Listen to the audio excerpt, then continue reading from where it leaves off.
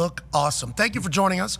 Massive morning here. We thought the trade between Luka, AD, and then Utah getting sprinkled in there would be the biggest conversation. It certainly still is, but Myles Garrett, perennial All-Pro, Defensive Player of the Year candidate every single year, wanting to be traded with 2 non-guaranteed years left on his contract, just 1 week removed from the general manager saying they aren't listening to any trade offers for him. How did we get here? And is he only going to contenders, or is he going to other buildings that have money and potentially a better vision than Cleveland Browns? If he's going, again, because we have a team here in the Cleveland Browns. I know we get swept up in the moment. We've got this Defensive Player of the Year requesting a trade out of Cleveland, and this is not a surprise to the Browns. The Browns knew about his unhappiness. I think they've asked around, they've prepared for it. They've gotten some opinions about how to best handle this situation, knowing that it could be coming. And I think that they are dug in and entrenched in their stance that they're not going to trade Myles Garrett. That's not the kind of player you move on from. You're talking about arguably the best defensive player in the league, 29 years old. That's a player that helps you win a Super Bowl, and that's what the Browns want to try to do.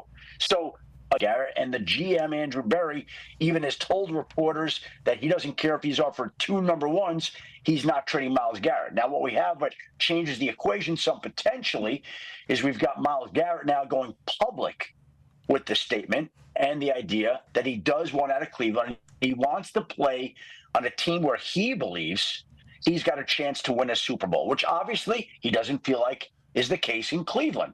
So the Browns, if they trade him, there's acceleration on his contract to the tune of about $35 or so million.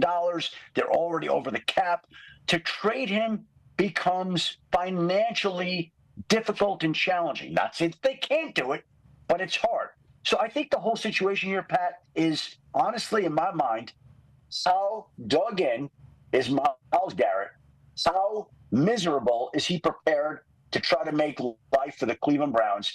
Is he willing to sit no matter what when they go to training camp? If they haven't traded him by then, is he continually going to issue statements saying how unhappy he is and how much he wants out? Does he make it such that he forces them to trade him, or do they acquiesce to his wishes and listen to him when that's not what they want to do? And they've been perfectly clear about that. Okay, so in your eyes, if you had to project right now, and I know we literally just learned of Myles Garrett taking this thing public, but these situations have certainly happened before in the NFL, certainly during your time of covering the NFL. When the season starts, you think Myles Garrett has a new deal with some guaranteed money? You think this is business-wise? Do you think he's a Cleveland Brown, or do you think he's going to be gone? Because once somebody goes public, what is that? That's just putting massive pressure on Andrew Berry to see if he's really about it? Okay, but you know what? Deebo Samuel issued a trade request to the 49ers 2 years ago. He's still there. Brandon Ayuk issued a trade request to the 49ers last year. He's still there. So when you issue a trade request in the NFL, it's not final that you're being traded. There are still many steps to go through. And again, the Browns have been very public in the idea that he's the highest paid something player in NFL history.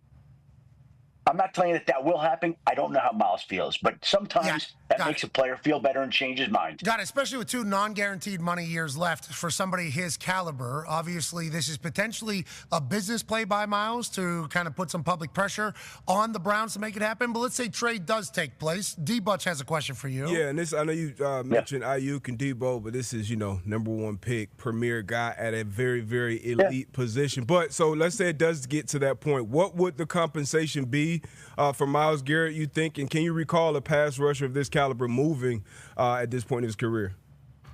Khalil Mack would be the closest comparison that would be out there right now, because when Khalil Mack requested a trade, it was not altogether dissimilar to Myles Garrett. There were teams salivating at the idea of trading for Mack when he was playing with the Raiders. And I posted the compensation before, earlier this morning. Let me just call it up exactly to give you an idea. But the trade comp on Khalil Mack was he was traded from Oakland to Chicago. The Bears gave up 2 first-round picks, a 3rd-round pick, and a 6th-round pick for Mack, a 2, and a conditional 5. So 2 1s, a 3, a 6, For Mack, a 2 and a 5. Jeez. Now that went on for a while. I don't know that the Raiders maximized the return. Mack refused to budge. Mack was 27 at the time. Myles Garrett's 29. Again, that's the best comp, I think, that's out there right now. Myles Garrett is an elite player. Again, you can make the argument he's the best defensive player in the league very easily.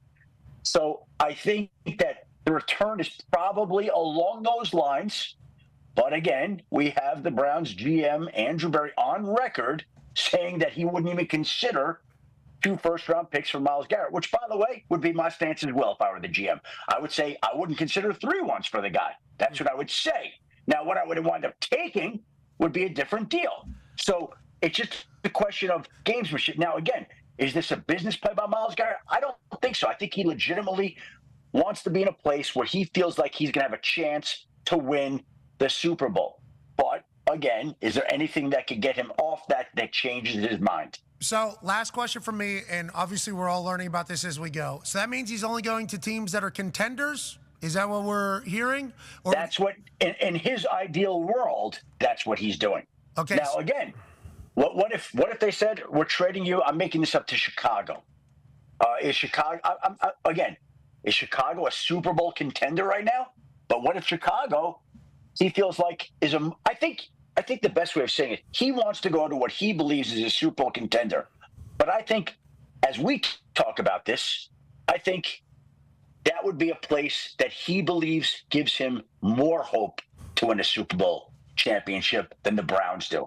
And there are probably multiple NFL franchises that would fall into that category, because I think if you had to consider it, 31 teams probably would be interested in trading for Myles Garrett. That's what because we went through the salary cap and what the projected amount of money is. And obviously you look at a lot of these teams and it's like, well, the Patriots would obviously benefit from having Myles Garrett. Yeah. Vrabel was in Cleveland this past year. They have the money to do it. But would Myles be like, yep, you know what? I'm going up to New England because I believe they could potentially be a Super Bowl contender. Then you just go down the line there of all the people that have, like, does he think the Chargers are potentially a Super Bowl contender, even though they haven't really been able to get close to the dance in some time? Does he believe Harbaugh changes things? Chicago, it's like, does he think Ben Johnson will be able to get them to a Super Bowl? It's like, is it his projected contender or the actual contenders? Like, is he thinking about going to Baltimore that only has $8.9 million? They can't even really seemingly afford them, or the Chiefs, or going to Detroit, or going to the Packers maybe, who had a chance to go to run. Like, what does he mean? I think we just kind of wait and see, I guess, Schefter. Well, I think, first of all, a few things to keep in mind.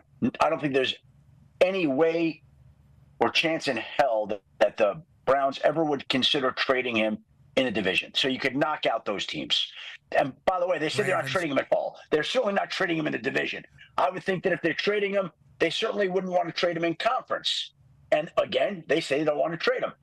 And Myles Garrett would have the ability, because any team would have to give up a haul, and any team that trades for him obviously would want to have him under contract